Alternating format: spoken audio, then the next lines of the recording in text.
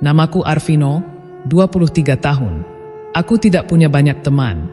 Aku juga bukan tipe petualang, bukan pula penikmat keramaian. Tapi hari itu, entah mengapa, aku berdiri di atas dek kapal pesiar megah bernama Lautan Nirwana, menghadap ke lautan luas yang membentang tanpa tepi.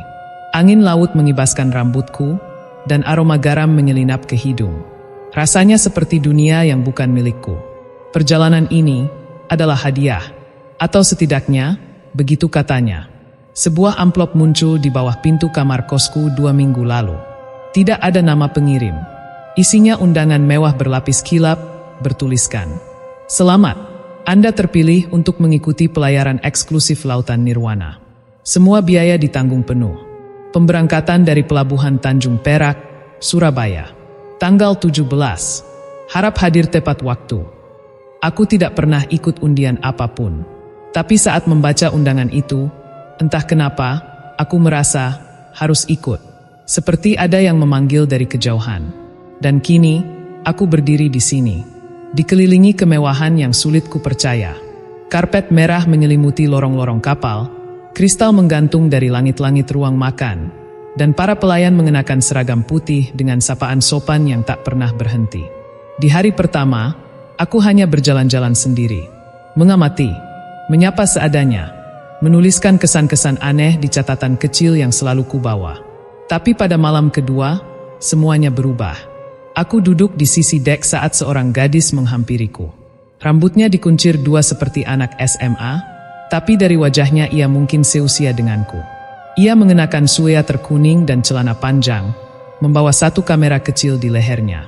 Sendirian juga, tanyanya sambil duduk tanpa izin di kursi sebelahku. Aku hanya mengangguk. "Kamu juga?" Dia tersenyum. "Velia, aku juga nggak tahu kenapa bisa ikut pelayaran ini. Tapi rasanya seru, ya?" Aku tak menjawab. Bukan karena tak setuju, tapi karena tak tahu harus bilang apa. Seru, mungkin, tapi juga ganjil. Sejak menaiki kapal ini, aku merasa seolah dia bergerak lebih lambat dari kapal biasa. Bukan secara fisik, tapi waktu di dalamnya. Jam digitalku sering telat sendiri. HP tak ada sinyal, bahkan untuk sekadar membuka catatan cuaca. Tapi orang-orang terlihat biasa saja. Tertawa, menari, makan sepuasnya. "Besok malam ada pesta topeng di dek tengah," kata Velia, memecah lamunanku. "Kamu ikut enggak?" Aku nyaris menjawab tidak, tapi melihat matanya yang bersinar di bawah sinar rembulan membuatku mengangguk. Malam pertama berlalu tanpa hal aneh. Tapi aku mulai merasa, ada yang memperhatikan dari belakang pilar. Saat aku menoleh, selalu kosong. Kamar yang kutempati bersih dan wangi, tapi dindingnya terasa terlalu tebal, seolah menyimpan sesuatu di baliknya. Esok paginya aku bangun lebih awal. Aku berjalan menyusuri koridor menuju dek, dan di sana aku melihat seorang lelaki tua berdiri di pinggir kapal, memandangi laut dengan pandangan kosong. Tubuhnya kurus, mengenakan jas tua yang basah di bagian ujung. Aku ingin menyapa, tapi langkahku tertahan. Saat aku berkedip, ia sudah tak ada. Aku pikir mungkin aku kurang tidur. Tapi saat sarapan, aku bertanya pada staf tentang lelaki tua itu. Mereka hanya tersenyum sopan dan menjawab, "Maaf, Tuan, tidak ada penumpang seperti itu." Aku masih mencoba menerima bahwa semuanya baik-baik saja. Mungkin hanya ilusi. Mungkin hanya rasa gugup berada di tempat yang tak kukenal. Tapi malam ketiga akan segera tiba. Dan setelah malam ketiga, tidak ada lagi yang sama. Ketika kutuliskan kalimat itu di buku catatanku, gemuruh dari arah tengah kapal mulai terdengar. Musik klasik bercampur denting gelas. Angin laut bertiup lembut dari sisi dek, membawa aroma asin yang kini bercampur samar dengan wangi parfum mahal dan lilin mewah. Malam kedua di Lautan Nirwana baru saja dimulai. Aku berdiri di depan cermin kecil di kamar, mengenakan setelan semi-formal yang kupinjam dari panitia. Di atas meja, sebuah topeng beludru berwarna perak tergeletak. Entah siapa yang menaruhnya. Tidak ada label, tidak ada nama. Kupakai juga. Aku berjalan menuju dek tengah, tempat pesta bertema topeng digelar.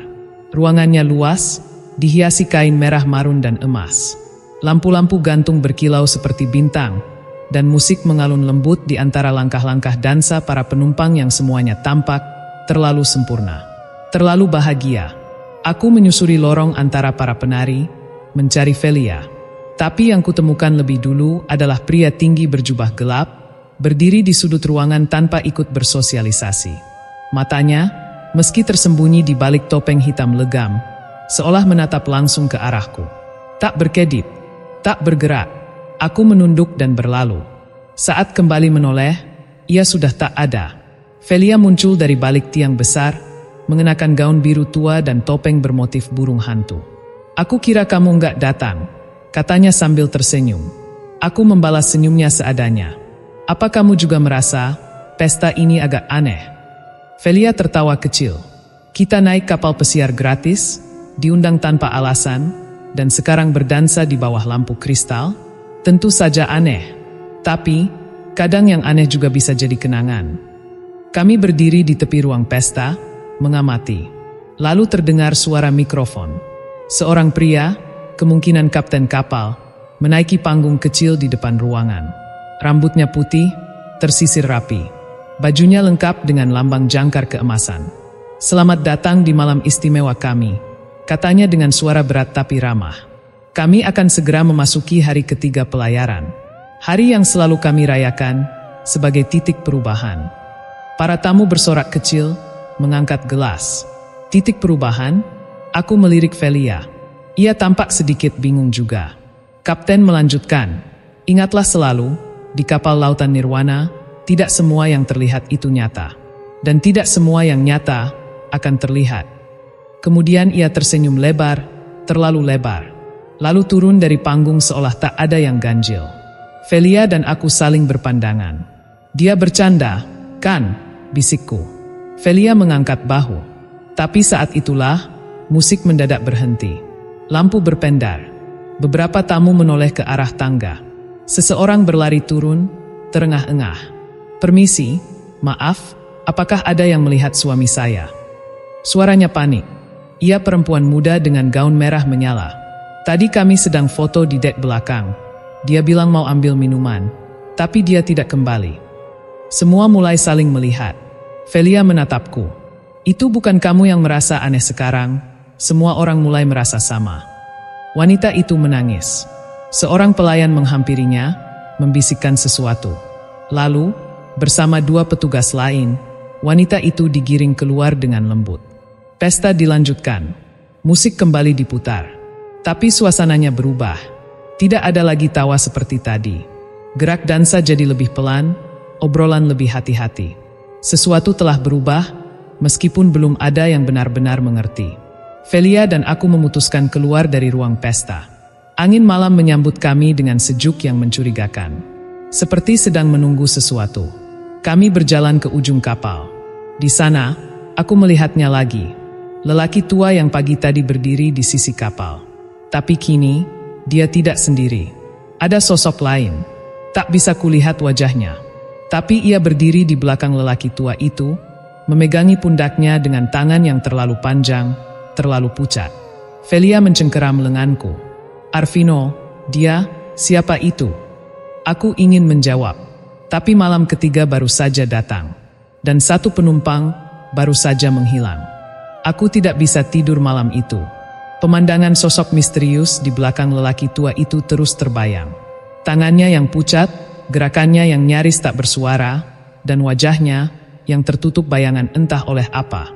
Aku bahkan tak tahu apakah Velia juga benar-benar melihatnya, atau apakah pikiranku mulai memainkanku karena suasana yang semakin aneh. Pagi ketiga dimulai dengan langit yang tak biasa. Seharusnya biru cerah di tengah lautan, tapi kali ini justru kelabu, seolah awan-awan menahan sesuatu. Sesuatu yang enggan diturunkan ke bumi. Velia mengetuk pintu kamarku saat matahari belum sepenuhnya muncul. Ia berdiri dengan wajah cemas. "Arvino, penumpang yang hilang semalam, istrinya mengamuk subuh tadi.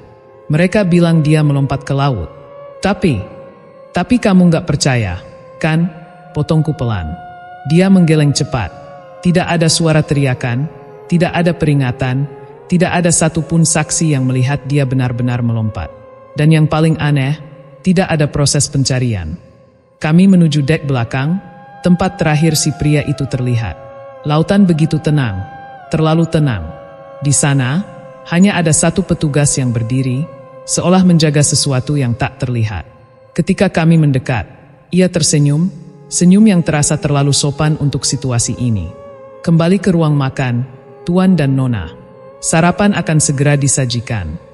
Aku membuka mulut untuk bertanya, tapi Velia menarik lenganku. Nanti. Kami duduk di ruang makan yang mulai terasa lebih seperti ruang tunggu. Kursi-kursi penuh, tapi tak banyak suara. Tatapan mencurigai satu sama lain. Seorang anak kecil menangis di pelukan ibunya, entah karena ketakutan atau hanya terlalu lama berada di kapal yang sama sekali tak menyenangkan ini. Kapten kapal masuk ke ruangan dengan sikap biasa. "Selamat pagi para tamu terhormat," katanya, suaranya tetap tenang. "Kami mohon pengertian kalian atas kejadian semalam. Kami percaya peristiwa itu murni kecelakaan. Untuk menghormati keluarga yang bersangkutan, mohon tidak menyebarkan spekulasi." Tapi seseorang berdiri, seorang pria muda berjaket denim. "Kalau memang kecelakaan, kenapa tidak ada pencarian? Kenapa tidak ada alarm dibunyikan? Kita ini masih di tengah laut, dan kalian bertindak seolah-olah biasa saja." Kapten menatapnya dengan datar. "Kami punya prosedur sendiri. Dan kamu, silakan kembali duduk." Namun pria itu tetap berdiri, wajahnya merah. Ada yang tidak beres di kapal ini. Aku bisa rasakan. Lalu tiba-tiba, semua lampu di ruang makan padam. Suara piring jatuh. Beberapa orang menjerit kecil. Dalam kegelapan itu, aku mendengar suara langkah, cepat, tapi tak terdengar seperti sepatu. Sesuatu berjalan di antara kami. Aku menggenggam tangan Velia. Ia berbisik, "Arvino, dengar itu." Aku mengangguk, padahal tak yakin. Lalu, saat lampu menyala kembali, semua orang menoleh ke tempat pria berjaket denim tadi berdiri. Kosong. Hanya kursinya yang terseret sedikit mundur, seperti baru saja ditinggalkan dengan tergesa-gesa. Tidak ada jejak, tidak ada bayangan, hanya tatapan kosong dari seluruh ruangan. 2 orang dalam 2 malam, gumamku lirih. Kapten kembali maju. "Tolong tenang. Petugas akan melakukan pengecekan seluruh kapal." Namun tak ada yang benar-benar percaya lagi. Suasana berubah menjadi ketakutan yang tertahan. Orang-orang mulai membisikkan teori. Ada yang bilang ini kapal percobaan eksperimen psikologis. Ada yang yakin ini semacam reality show ekstrim. Tapi yang paling banyak disebut, meski hanya dengan suara sangat pelan, adalah kutukan. Aku dan Velia memutuskan menjauh dari kerumunan. Kami duduk di tangga darurat menuju lantai bawah. 2 orang sudah hilang, Vel, kataku. Dan malam keempat akan datang sebentar lagi. Velia menatapku. "Kamu tahu, aku sempat bicara dengan pria berjaket denim itu kemarin." "Kapan?" "Waktu sarapan. Dia bilang semalam sempat masuk ke ruang mesin secara diam-diam dan mendengar suara orang berbisik dalam bahasa yang dia nggak mengerti." Aku menelan ludah. "Kamu pikir dia tahu sesuatu?" Velia mengangguk perlahan. Dan saat itu juga, kami sadar kami harus mencari tahu. Sebelum malam keempat datang. Sebelum ada orang ketiga yang menghilang. Aku dan Velia memutuskan, kami tidak bisa hanya diam. Entah apa yang terjadi, tapi kapal ini menyimpan rahasia yang tidak ingin diketahui siapapun. Kami mulai dengan mendatangi lantai paling bawah yang bisa diakses tamu. Lantai tempat ruang mesin seharusnya berada di balik pintu baja. Tak ada tanda larangan yang mencolok, hanya satu tulisan kecil, "Khusus kru." Tapi pria berjaket denim yang hilang itu katanya sempat masuk ke sana diam-diam, dan kembali dengan mata yang tak bisa berhenti berkedip. Seperti ada sesuatu yang terus terputar dalam pikirannya. Velia melihat sekeliling. Sepi. Kalau kita cepat, bisa saja tidak ada yang tahu. Kupaksa pintu baja yang ternyata tidak terkunci penuh, sedikit terbuka, seperti ada yang lupa menutupnya rapat. Angin dingin menyusup keluar begitu kami mendorongnya, bukan hangat seperti suhu mesin biasanya. Langkah kami bergema. Tidak ada suara mesin, tidak ada suara teknisi. Hanya bisikan, pelan, mengalun, seperti nyanyian kuno dari dasar laut. Aku memegang senter dari ponselku, menyorot lorong-lorong sempit dengan pipa berkarat di dindingnya. Entah bagaimana, dinding di ruangan ini terlihat jauh lebih tua dari kapal yang seharusnya modern dan mewah ini. Seperti bukan bagian dari kapal yang sama. Lalu kami melihat sesuatu. Tulisan. Di dinding besi tua yang menggembung karat, ada coretan pakai benda tajam. Jangan biarkan malam keempat datang. Mereka bangkit saat semua tertidur. Aku dan Velia saling pandang. Tanganku gemetar memegang ponsel. Kami terus melangkah masuk, sampai menemukan satu ruangan kecil yang seperti ruang kendali alternatif. Tapi semua layar mati, hanya ada satu lampu bohlam berayun perlahan, dan suara itu. Kau harus pergi. Suaranya muncul begitu dekat, tapi tak ada siapa-siapa. Aku menoleh ke belakang, kosong. Kami berlari keluar, tapi saat tiba di lorong atas, ada yang aneh. Tangga yang kami lewati tadi, tidak ada. Yang ada hanya lorong baru yang tak pernah kami lihat. Dindingnya gelap seperti terbuat dari arang. Ada pintu di ujung lorong, terbuka sedikit. Velia menatapku, napasnya tercekat. Kita nggak masuk ke kapal biasa, Finn. Ini bukan tempat kita tadi. Aku hampir percaya apa yang dia katakan adalah halusinasi, sampai pintu itu bergerak sendiri. Berderit, lalu tertutup. Kami berbalik, mencoba kembali ke jalan awal, tapi ruangannya berubah. Dindingnya sekarang hitam mengilap seperti kaca, memantulkan bayangan kami yang terlihat berbeda. Bayangan Velia tersenyum, padahal dia sedang gemetar. Arvino, itu bukan aku, bisiknya dengan suara parau. Aku menarik lengannya dan memaksa kami terus berlari. Tak ada ujung, seolah kapal ini memutarbalikkan arah. Seolah kami sedang berjalan di kapal yang lain, kapal yang berlayar dalam dimensi berbeda. Setelah berlari tanpa tahu arah selama beberapa menit, tiba-tiba kami kembali ke pintu baja tempat kami masuk. Pintu itu menutup sendiri di belakang kami, lalu terkunci. Kami berdiri terengah-engah di lorong tamu lantai bawah, kembali ke kenyataan. Atau, setidaknya kami pikir begitu. Karena saat kami naik ke dek utama, suasana berubah. Kapal yang tadi dipenuhi ratusan penumpang, kini hanya menyisakan belasan. Wajah-wajah yang kami lihat saat makan malam, hilang. Tak ada pengumuman, tak ada panik. Hanya keheningan. Dan mereka yang masih ada, duduk di bangku dengan ekspresi kosong, seperti tidak tahu mereka pernah punya teman. Apa ini mimpi? Gumamku. Velia menarikku ke salah satu kabin terbuka. Di dalam, kami menemukan koper yang belum dibuka, sepatu anak-anak yang diletakkan rapi, dan ponsel yang terus bergetar. Pesan masuk dari kontak bernama ibuku. Bunyi pesannya hanya satu kalimat. Kamu harus lompat sebelum malam keempat. Kami saling pandang. Jantungku berdebar. Velia menggenggam tanganku erat. Arvino, malam keempat tinggal beberapa jam lagi. Dan untuk pertama kalinya, aku merasakan ketakutan yang tidak bisa dijelaskan dengan logika. Ketakutan bahwa kami mungkin tidak akan pernah sampai ke pelabuhan tujuan.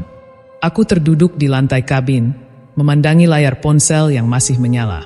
Pesan dari ibuku tetap terpampang di sana. Kamu harus lompat sebelum malam keempat. Aku tak pernah menyimpan kontak ibuku dengan nama seperti itu. Ia sudah meninggal 3 tahun lalu.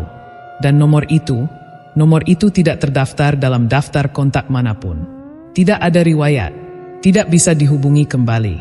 Finn, suara Velia gemetar, kita harus cari tahu kapal ini sebenarnya mau kemana. Kapten, kru, siapapun, kalau mereka masih di sini. Kami menuju ruang informasi penumpang. Biasanya, peta rute kapal ditampilkan di sana, lengkap dengan posisi terkini. Tapi layar besar itu kini hanya menampilkan satu warna, biru tua, gelap, tanpa koordinat, tanpa jalur. Ini bukan kesalahan sistem biasa, bisikku. Kami terus berjalan, mencoba mencari ruang kontrol. Tapi setiap koridor terasa seperti berubah bentuk. Aku mengingat jelas, tadi ada tangga menuju dek atas di ujung lorong ini. Tapi kini, yang ada hanyalah dinding polos. Kami masuk ke ruang makan utama, tempat yang biasanya ramai. Kini sepi, hanya beberapa orang duduk membisu, menatap piring kosong mereka. Mereka tidak makan. Tidak bicara, seperti boneka yang kehabisan baterai. Velia menarik lenganku. Lihat itu. Di sudut ruangan, berdiri seorang pria tua, mengenakan seragam pelaut lengkap. Ia berdiri mematung menghadap jendela besar kapal, menatap ke laut hitam. Kami mendekatinya perlahan. Ia tak bergerak, bahkan saat kami sudah berdiri di sampingnya. "Permisi, Anda kru kapal ini?" tanyaku hati-hati. Ia menjawab tanpa berpaling. Suaranya dalam dan pelan. "Kami tak punya tujuan. Sudah tidak sejak malam pertama." Aku dan Felia saling berpandangan. "Maaf, apa maksudnya?" Ia mengangguk pelan ke arah jendela. "Kau tahu kenapa laut di luar sana tidak pernah berubah warna? Karena itu bukan laut." Felia menegang. "Bukan laut." Ia melanjutkan, suara seperti terbata karena usia atau ketakutan. "Kau sedang berada di tempat yang menampung semua perjalanan yang tak pernah selesai. Kapal ini bukan sekadar kapal. Ini penampung waktu yang hilang." Aku tak paham sepenuhnya, tapi dadaku terasa berat. Seolah kata-katanya menggiringku menuju sesuatu yang sangat besar dan sangat berbahaya. "Kita harus keluar," gumam Felia. "Harus ada sekoci atau sinyal." Kami kembali ke dek atas. Tapi saat itu, angin laut terasa begitu dingin. Langit sepenuhnya hitam, tak ada bintang, tak ada bulan.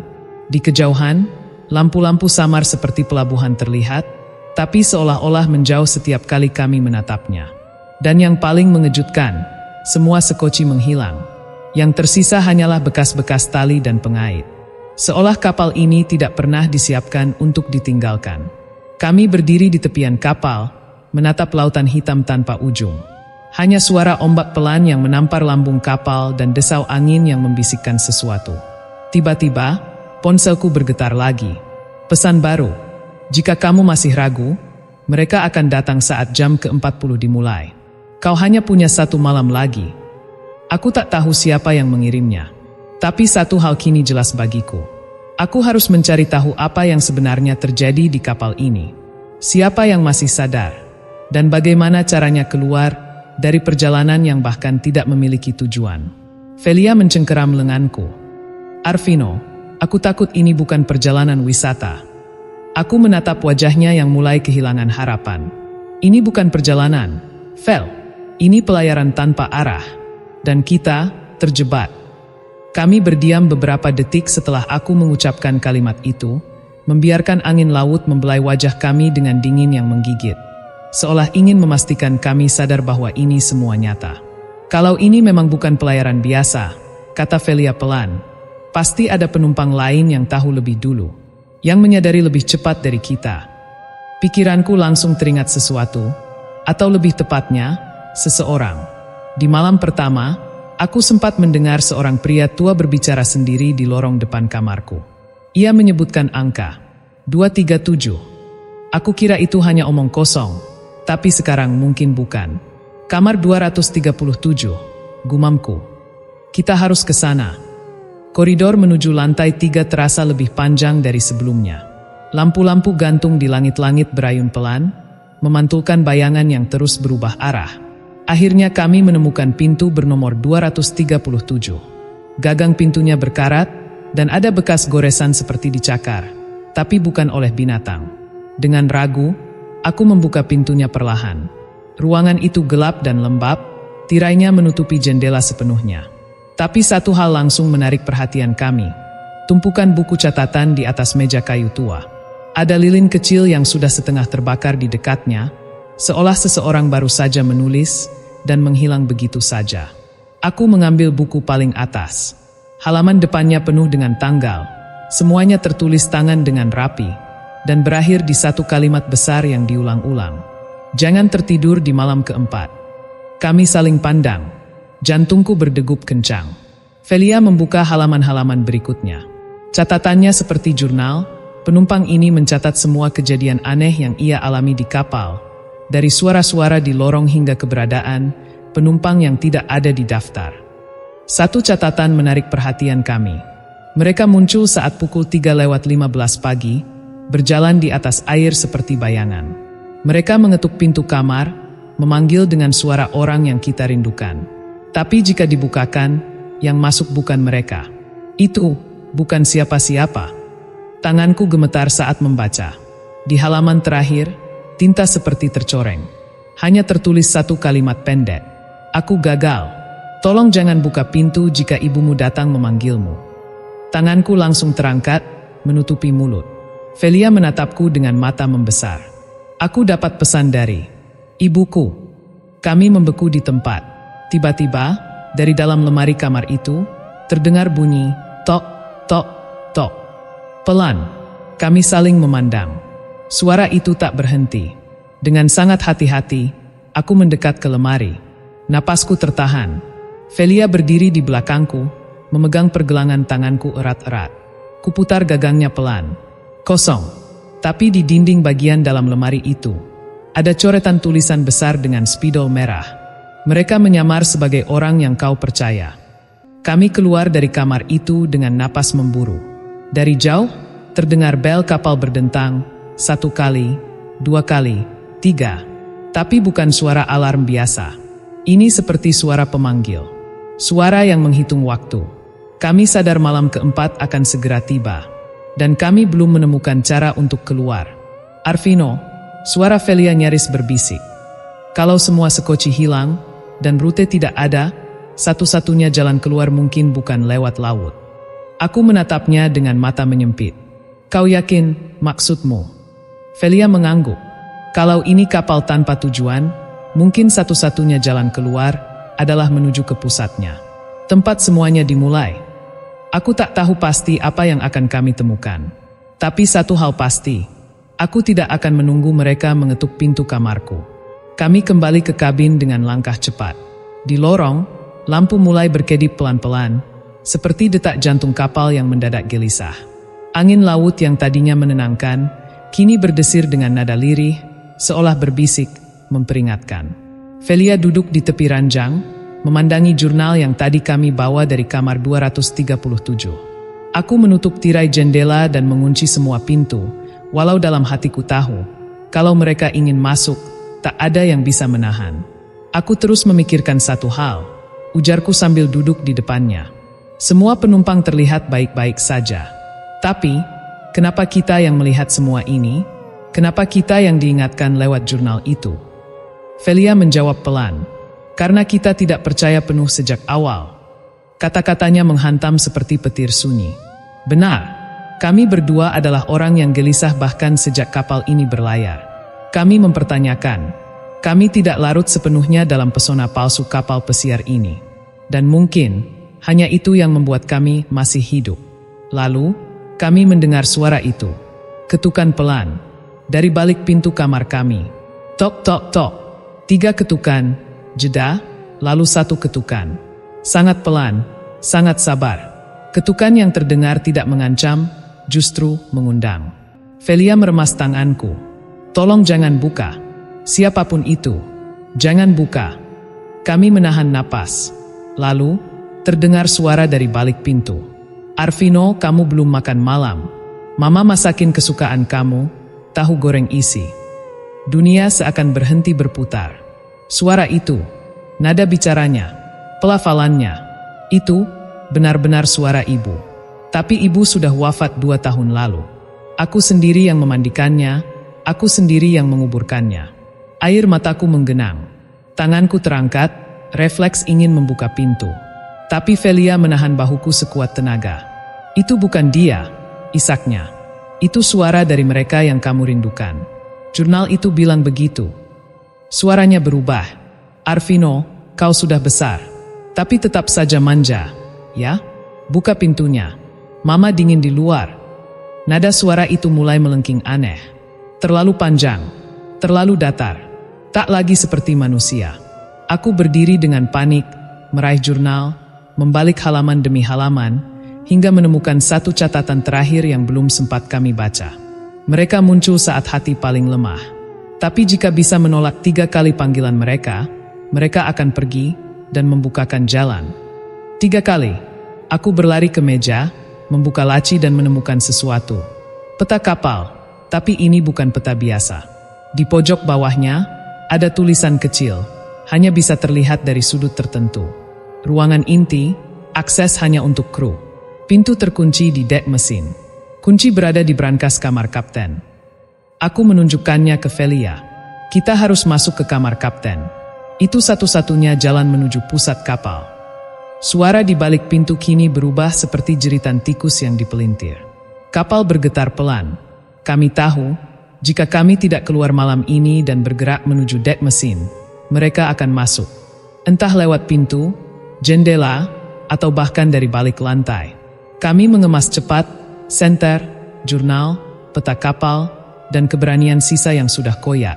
Kita harus menolak panggilan itu sekali lagi, kata Velia gemetar. Lalu jalan akan terbuka. Ketika kami melangkah keluar dari kamar, ketukan berhenti. Tapi koridor kapal tak lagi sunyi. Dari kejauhan, terdengar langkah kaki, banyak, seperti parade bisu. Bayangan-bayangan mulai muncul di dinding-dinding, berjalan tanpa suara, dengan tubuh melayang dan wajah tertutup kain putih.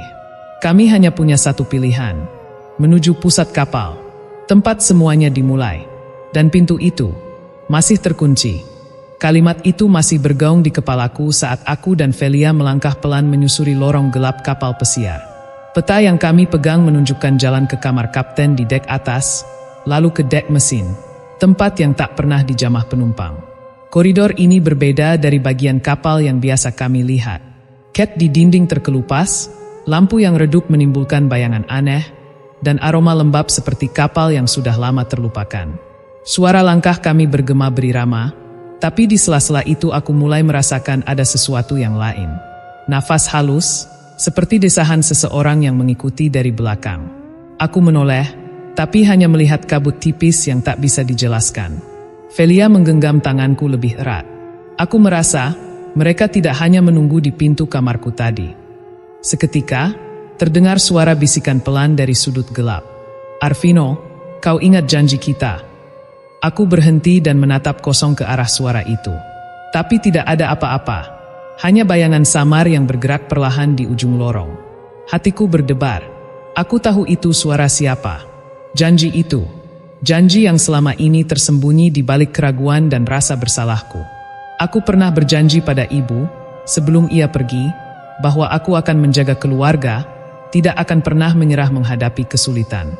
Tapi sekarang, aku merasa sedang diuji oleh sesuatu yang jauh lebih besar daripada diriku. Velia memecah keheningan. Kita hampir sampai ke kamar kapten. Tapi ada satu hal yang harus kau tahu. Dia membuka jurnal dan menunjuk halaman lusuh penuh tulisan tangan yang berantakan. Hati-hati dengan penjaga kunci. Ia bukan manusia biasa. Menghadang bukan dengan kata, tapi dengan rahasia terdalam yang kau sembunyikan. Aku menelan ludah. Apa maksudnya? Kami mendekati pintu berat dengan angka 1 terukir besar di atasnya. Itu adalah kamar kapten. Pintu itu tertutup rapat, dan di sebelahnya ada sebuah brankas kecil berkarat. Velia berbisik. Kunci brankas ada di sini, tapi aku tidak tahu kode kombinasi brankas ini. Aku merasakan sesuatu menggelitik di hati. Rahasia terdalam. Apa yang aku sembunyikan? Bayangan-bayangan di dinding mulai menari lebih liar. Suara bisikan berubah menjadi gema tawa yang mencekam, menyelinap ke dalam kepala kami. Tiba-tiba aku teringat, saat kecil, ibu pernah memberiku teka-teki yang selalu ia ulang-ulang. Ingatlah tanggal yang paling kau cintai, karena itulah kunci untuk membuka semua pintu yang terkunci di hatimu. Tanggal ulang tahunku. Aku mengetik angka itu dengan gemetar, dan brankas berderit terbuka. Dalamnya, ada sebuah kunci kecil berkilauan, namun dingin menusuk kulit tanganku. Saat aku mengambilnya, suara-suara itu memuncak jadi satu. Sekarang, pilih jalanmu, sebelum malam ini selesai. Aku dan Velia menatap satu sama lain, tahu bahwa kami akan memasuki sesuatu yang lebih gelap dari sebelumnya. Kunci dingin di tanganku terasa berat seperti membawa seluruh beban malam itu. Dengan napas tertahan, aku memasukkannya ke lubang kunci kamar kapten. Bunyi, klik, pelan seolah membuka tabir rahasia yang selama ini tersembunyi. Velia mengikutiku tanpa suara, matanya terpaku pada lorong gelap di balik pintu yang terbuka itu. Kami melangkah masuk, dan seketika suasana berubah. Udara di dalam kamar kapten terasa berat, seperti dipenuhi oleh cerita yang tak pernah selesai. Di meja kapten, ada sebuah buku harian usang yang terbuka di halaman tengah, penuh dengan catatan tangan yang hampir pudar. Aku membaca dengan cepat, dan seketika tubuhku membeku. Catatan itu berisi tentang kejadian aneh yang menimpa kapal ini selama pelayaran-pelayaran sebelumnya. Penumpang yang menghilang, bisikan-bisikan di malam gelap, dan sosok misterius yang selalu muncul di dek mesin. Aku menatap Velia, dan ia hanya mengangguk. Kami berdua tahu, ini bukan sekadar kebetulan atau cerita tua yang terlupakan. Kami bergegas ke dek mesin, membawa buku harian itu sebagai petunjuk. Namun, semakin kami mendekat, realita mulai terasa seperti mimpi buruk yang tak berujung. Lantai kapal bergoyang pelan, bayangan-bayangan aneh berkelebat di sudut pandang kami, dan suara-suara samar mulai terdengar semakin nyata. Aku hampir kehilangan arah, berjuang mempertahankan kesadaran di antara kenyataan dan ilusi yang bercampur. Di depan kami, sebuah pintu besar berlapis baja menunggu untuk dibuka. Aku tahu, di balik pintu itu ada jawaban atas semua misteri malam ini. Namun, sebelum aku sempat menggunakan kunci, suara itu kembali, lebih dekat, lebih nyata, dan penuh kepedihan. Arvino, jangan menyerah. Aku di sini, menunggu kau temukan jalan pulang. Itu suara ibu. Bukan sekadar bayangan, tapi panggilan hati yang paling tulus. Aku menghembuskan napas dalam-dalam, memutuskan bahwa malam ini, aku akan menghadapi semuanya. Bersama Velia, aku memasukkan kunci ke pintu, dan perlahan memutarnya. Akhirnya aku tahu, terkadang perjalanan paling menakutkan adalah saat kita berhadapan dengan diri sendiri. Pintu baja itu terbuka perlahan, mengeluarkan suara berderit panjang yang mengisi keheningan malam di kapal pesiar itu. Di baliknya, bukan sekadar ruang mesin, melainkan sebuah lorong panjang yang diterangi cahaya redup berwarna biru. Suasana seperti melayang di antara dunia nyata dan mimpi. Aku dan Velia melangkah masuk, jantung berdegup kencang. Semakin dalam kami melangkah, semakin aku merasakan sesuatu yang berat tapi juga anehnya menenangkan. Seperti kehadiran seseorang yang selama ini aku rindukan. Di ujung lorong, berdiri sosok samar yang perlahan berubah menjadi sosok ibu. Matanya lembut, senyumnya hangat, seolah menunggu aku untuk menenangkan hatinya yang terluka. Ibu. Suaraku pecah, air mata mulai menetes. Dia mengulurkan tangan, dan dengan perlahan aku merasakan beban berat di dada ini mulai terangkat. Semua rasa takut, penyesalan, dan luka yang selama ini ku pendam tiba-tiba menghilang seiring dengan kehadiran sosok itu. Ibu di sini, Arvino. Aku selalu ada di sisimu, bahkan saat kau merasa sendiri, katanya lembut. Aku mengerti sekarang, bahwa kapal angker ini bukan hanya tentang hantu atau misteri. Ini adalah cermin dari pergulatan batinku sendiri, perjuangan untuk berdamai dengan masa lalu. Velia menatapku penuh haru. Kau sudah melewati semuanya dengan sangat kuat.